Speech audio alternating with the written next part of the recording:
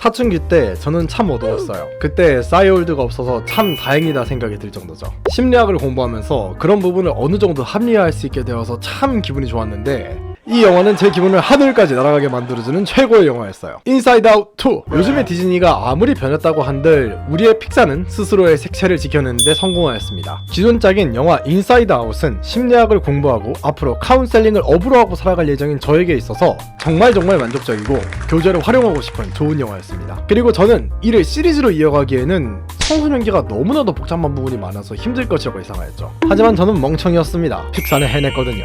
이렇게 잘 나온 인사이드 아웃 2는 크게 두 가지 장점이 존재합니다. 첫 번째로 깔끔하고 직관적인 서사, 두 번째로 철저하게 지켜진 고증을 줄 수 있겠네요. 반대로 아쉬운 점의 경우 기존에 비해 빈약한 전개라는 부분을 줄 수 있을 것으로 보입니다. 우선 저에게 있어서 리뷰란 첫 영상에서 말씀드렸듯이 제가 이 작품 혹은 상품에 대해 작성하는 소논문입니다. 어디까지나 저의 주관적인 의견을 기반으로 이야기하는 것이기에 들으시기 불편하실 수도 있고, 여러분들은 다른 의견을 가지고 있으실 수 있으며 그 의견 또한 저는 충분히 존중드린다는 것을 알아주셨으면 좋겠습니다. 이러한 부분을 자세하게 설명드리려면 인사이드 아웃 2의 스토리가 어떤지 알아야겠죠? 이 이후로는 영화 인사이드 아웃 2의 스포일러가 있으니 주의하시기 바랍니다.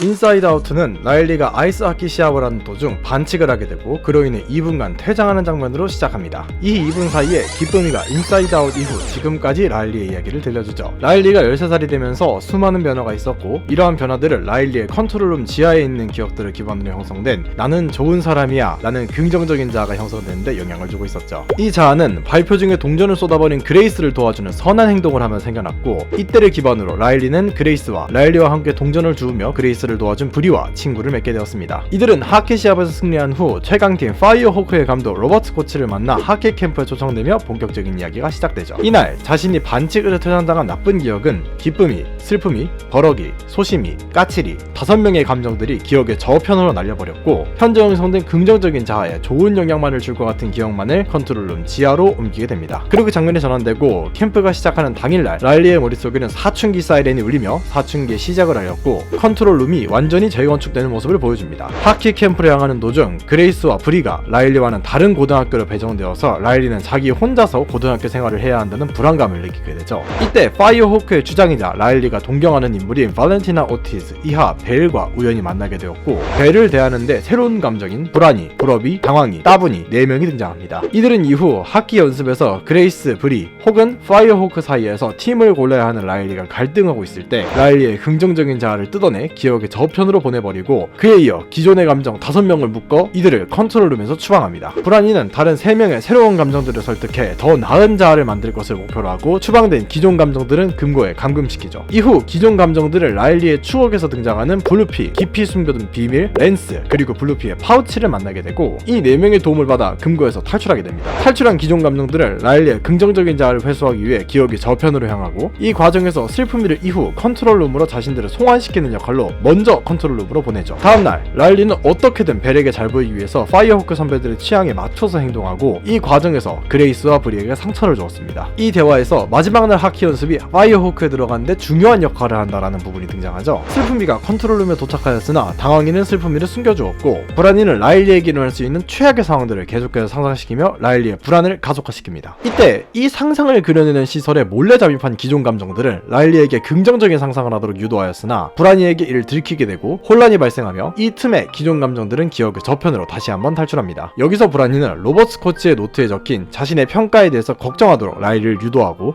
라일리는 기숙사에 몰래 침입해 코치의 노트를 보려고 시도하였죠. 이때 슬픔이가 라일리를 막아섰으나 당황이를 제외한 다른 3감정들이 이를 저지하고, 결국 라일리는 노트를 확인하게 되는데 그곳에는 앤더슨 아직 준비가 안 됨이라는 멘트가 적혀 있었습니다. 라일리가 이를 확인한 후 불안해하자 불안이는 이를 해결할 아이디어를 찾기 위해 아이디어 폭풍을 발생시키고, 이로 인해 안정적으로 날아서 기억의 저편으로 향하던 기존 감정들이 폭풍에 휘말리며 기억의 저편에 도착하게 됩니다. 불안이는 아이디어들 중 벨이 하키 캠프 마지막 날 2골을 넣어서 파이어호크의 잘 선발되었다라는 이야기를 기반으로 내일 연습에서 3골을 넣으며 파이어호크에 선발될 것이다 라는 아이디어를 채택하고 자아를 완성시킵니다. 하지만 이 자아는 난 부족하기만 해 라는 부정적인 시선이 되었고 4명의 감정들 모두 놀라게 됩니다. 그럼에도 브라니는 연습에서 필사적으로 라일리가 골을 넣도록 유도하였죠. 컨트롤룸에서 이런 동안 기존 감정들은 자신들이 멋대로 라일리가 느낀 감정을 판단하고 이를 버렸다는 것이 잘못되었다는 것을 깨닫고 파우치의 폭탄을 통해 컨트롤룸으로 귀환합니다. 그들이 귀환하였을 때 브라니는 2골을 넣고 반칙을 통한 페널티를 받아 퇴장해 있는 라일리에게 3번째 골을 넣어야 한다고 압박하고 그 과정에서 폭주하고 있는 거였습니다. 기쁨이는 이런 브라니를 설득하여 제어판에서 멀어지게 하는데 성공하였으나 폭발과 함께 밀려와 컨트롤룸 지하에 들어온 기존에 버려진 수많은 기억들과 긍정적인 자아, 부정적인 자아가 라일리에게 영향을 주며 라일리의 상태가 안 좋아집니다. 이로 인해 생겨난 새로운 자아에서 도와달라는 목소리를 듣고 모든 감정들이 자아를 끌어안으며 여러가지 모양과 색이 보이는 새로운 자아가 탄생하면서 라일리도 안정을 찾게 되죠. 라일리의 상태가 안 좋은 것을 보고 걱정되어 찾아온 그레이스와 브리에게 라일리가 사과하면서 이들은 다시 친구가 되어 즐거운 하키 연습을 하며 좋은 추억을 쌓게 되죠. 후일담으로 라일리는 파이어호크에도 잘 적응하여 멤버들과 잘 지내는 모습을 보여주고 라일리가 고등학교 진학 후에도 그레이스와 브리와 연락을 하고 지내는 모습도 보여주며 인사이드 아웃가 끝이 납니다.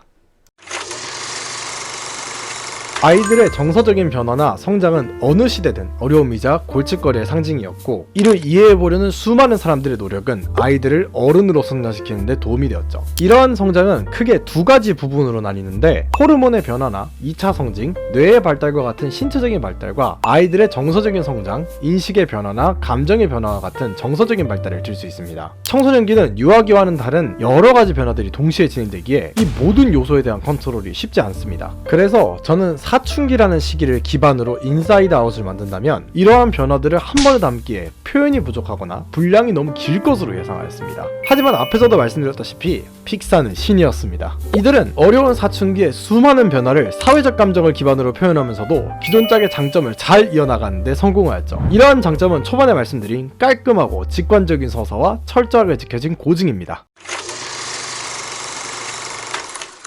먼저 직관적인 서사의 경우 기존 작부터 복잡한 심리과정 중 하나를 선별해서 메인 플롯으로 진행하는 과정은 동일하였습니다. 이 이후로는 영화 인사이드 아웃에 중요 스포일러가 있으니 주의하시기 바랍니다. 전작 인사이드 아웃의 경우 라일리가 양가 감정을 배워가는 과정에서 발생하는 사건들을 다룬 이야기였습니다. 여기서 양가 감정이란 2가지 다른 감정이 동시에 발생하는 것을 의미하며 대표적인 예시가 감동의 눈물이죠. 감동이란 마음을 긍정적으로 울리는 행복에 더 가까운 감정임에도 이를 표현하는 과정에서 슬픈 서사를 공감하며 느끼는 슬픔과 눈물을 흘리는 것 또한 감동에 포함되죠. 이러한 양가 감정을 라일리가 배워가고 이 과정을 라일리의 머릿속 감정들이 겪는 갈등으로 표현하면서 굉장히 좋은 호응을 이끌어내었습니다. 이후 고증에서도 언급할 부분이지만 초기 청소년기에 있을 수 있는 흑백 논리에 대한 부분도 기쁨이가 슬픔이를 부정하고 최대한 제어판을 건드리지 못하게 하는 부분으로 표현하여 이를 수용하기까지의 이야기를 직관적으로 그리고 있습니다. 스토리는 아주 간단하게 어린 라일리가 양가 감정을 받아들이는 스토리로 정리할 수 있으며 이 과정에서 쓸데없는 스토리나 메시지 없이 라일리는 이렇게 성장하였고 여러분들도 이렇게 성장하였답니다 를 아주 잘 보여주고 있죠. 이러한 직관적인 스토리는 2에도 이어져서 이번에는 라일리가 자아를 형성하는 과정에서 발생하는 여러가지 사건들을 그렸습니다. 자아 형성은 자신이 누구인지 결정짓는 과정으로 크게 Diffusion, Foreclosure, Moratorium, Achievement 4개로 나누어집니다. 이는 2가지 기준을 통해 결정되는데 자신이 자아에 대한 위기의 유무, 여기서 위기는 자신이 누구인가 진지하게 생각하는 기회를 의미합니다. 자아에 대한 적극적인 관여의 유무입니다. 이들 중 스토리에 관련 없는 Diffusion, Foreclosure를 제외하면 나머지는 Moratorium, Achievement로 이 2개의 상태가 이야기의 핵심으로 등장합니다.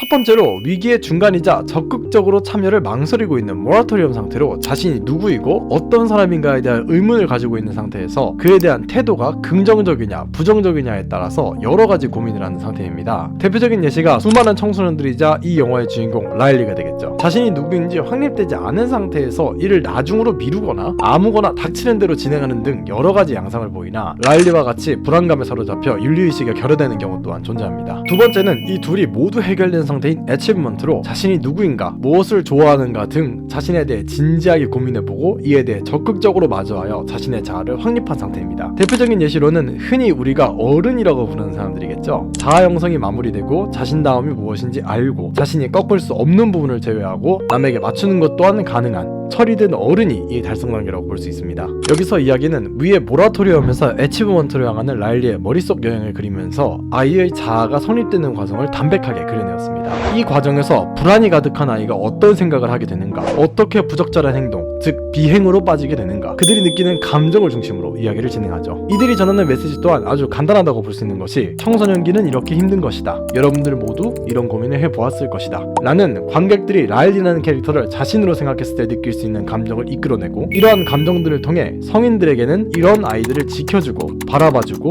성장하는 그들을 돌보고 도와주자 라는 메시지를 전하고, 이 나이대 아이들에게는 너희들의 이러한 감정이 이해가 되고 많이 힘들다는 것도 공감을 한단다, 너희들도 앞으로 라일리처럼 성장할 수 있을 것이다 라는 응원의 메시지를 전하는 것처럼 느껴졌습니다. 마지막으로 라일리보다 더욱 어린 나이의 아이들에게는 이런 복잡한 생각을 형, 누나 혹은 언니, 오빠들이 하고 있단다. 그러니 그런 힘든 사람들을 이해해줘. 너희들도 이런 날이 올 것이고 그땐 형, 누나 혹은 언니, 오빠들이 너희들을 도와줄 거야 라고 말하는 것이 느껴졌죠. 이와 같이 인사이드 아웃 2는 전작인 인사이드 아웃의 플롯을 그대로 착안해 그 나이 때의 중요한 발달 과정 중 하나를 가져와 이에 대한 이야기를 진행하였고, 이러한 이야기에 깔끔하게 이루어진 서사와 확실한 메시지 전달을 통해서 좋은 영화가 되었죠.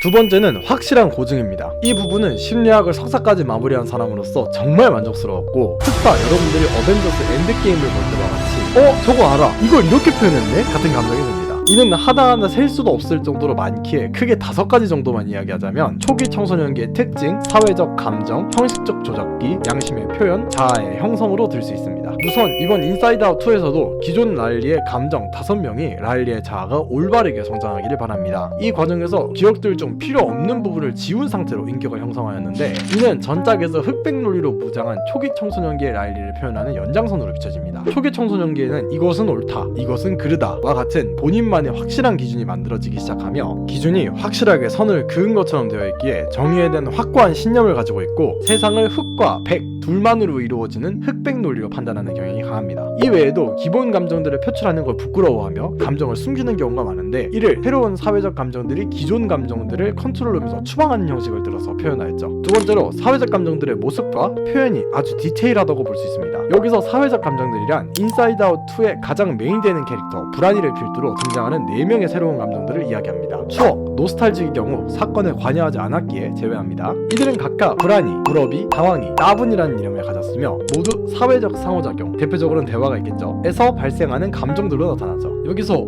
불안이나 따분함의 경우는 굳이 사회적 상호작용이 없어도 있지 않나? 라고 말씀하실 수 있지만, 이들 모두가 사회적 상호작용을 할 때 그 진가가 드러납니다. 불안이의 경우 이후 형식적 조작기에서 더욱 자세하게 설명하겠지만, 사람들과 대화나 상호작용을 가진 후에 불확실한 미래에 관해서 불안해하는 것이 기본이었습니다. 이는 기존의 소심이와 비슷한 캐릭터로도 보이지만 이 둘은 완전히 다르며, 자신의 몸에 대한 컨트롤이나 상태에 대해서는 확신을 가질 수 있지만 사회적 상호작용에서 발생하는 불확실한 변수들이 존재하기에 이를 컨트롤하기 위한 감정으로 추정됩니다. 따분이의 경우 앙리라는 유일하게 프랑스어로 된 이름을 가진 감정으로, 활약하는 상황도 굳이 지루함이나 따분함을 느끼는 상황뿐만이 아니라 힘든 상황을 모면하거나 유치함과 같은 것들로부터 자신은 졸업하였다라는 여유를 보여준다는 부분에서 남들에게 보이는 페르소나 중에서 여유있고 귀찮아하는 모습으로 작용하기에 이 또한 사회적 감정이라고 볼 수 있죠. 브러비는 남의 행동이나 물건에 대한 질투심, envy를 표현한 캐릭터로, 우리가 소위 전혀 모르는 상황에서 남에게 질투심을 느끼지 않듯이 이러한 질투심이 발생하려면 자신과 그들의 관계에 대해서 생각하는 혹은 그들과 관계를 맺는 사회적 상호작용이 필요합니다. 대표적으로 인스타에서 누군가 람보르기니를 샀다고 자랑해도 아무런 감정이 들지 않지만, 여러분들 또래의 젊은 사람이 여유롭게 람보르기니를 샀다라든지 자신의 친구가 람보르기니를 샀다고 한다면 그 표현이 어떻게 되냐와는 상관없이 와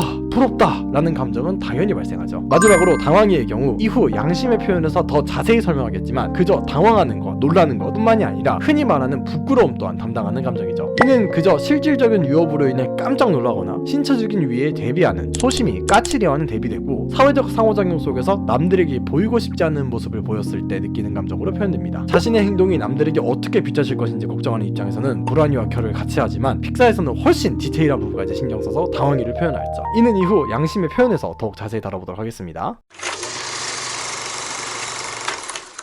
세 번째로 형식적 조작기의 경우 자세한 설명은 심리학 강의가 되기에 간단하게 설명드리자면 유명한 심리학자 피아제의 이론으로 만 12세 이후부터 생기는 여러가지 발달적 변화를 표현한 용어입니다. 이 시기 때는 가설을 세우거나 상상을 하는 추상적인 사고가 가능해지고 이를 통해서 미리 방법을 생각해서 이를 적용해보는 연역적 인지구조를 세울 수 있으며 시행착오를 반복하는 문제 해결법이 아닌 미리 체계적인 계획을 세우는 것과 같은 조합적 분석 능력을 갖추게 됩니다. 이러한 형식적 조작기가 반영되는 것이 이번 4명의 새로운 감정들이며 이들을 통해 라일리는 친구들과 헤어질 때의 대처법으로 반드시 고등부 아이스하키 클럽에 들어가고 이를 위해 하키 캠프에서 활약해야 한다는 대처 방안을 모색하며 여러가지 작전과 가설을 세워나가죠. 이 중 가장 중심이 된 브라니는 라일리가 생각하는 닥쳐올지도 모르는 부정적인 미래를 걱정하는 캐릭터라고 기존에 소개해드렸었죠. 여기서 브라니가 하는 모든 안 좋은 쪽의 미래가 형식적 조작기이기에 가능한 생각들입니다. 기존 인사이드 아웃에서 등장한 라일리의 경우 11에서 12세로 아직 이전 단계인 구체적 조작기에 머물렀던 것에 반해 이번에는 이러한 발달적인 부분의 변화를 감정을 통해서 표현하였죠. 네 번째로는 양심의 표현입니다. 양심이란 선악을 판단하고 선을 명령하며 악을 물리치는 도덕의식을 의미합니다. 이는 위에서 설명한 명확한 선악관계가 있다고 생각하는 초기 청소년의 아이들에게 있어서 가장 발달하는 감정 중에 하나죠. 만약에 자신이 소위 말하는 비행을 저지르거나 남에게 피해를 끼쳤을 때 그에 대한 죄책감이나 책임감을 느끼게 해주는 심리작용입니다.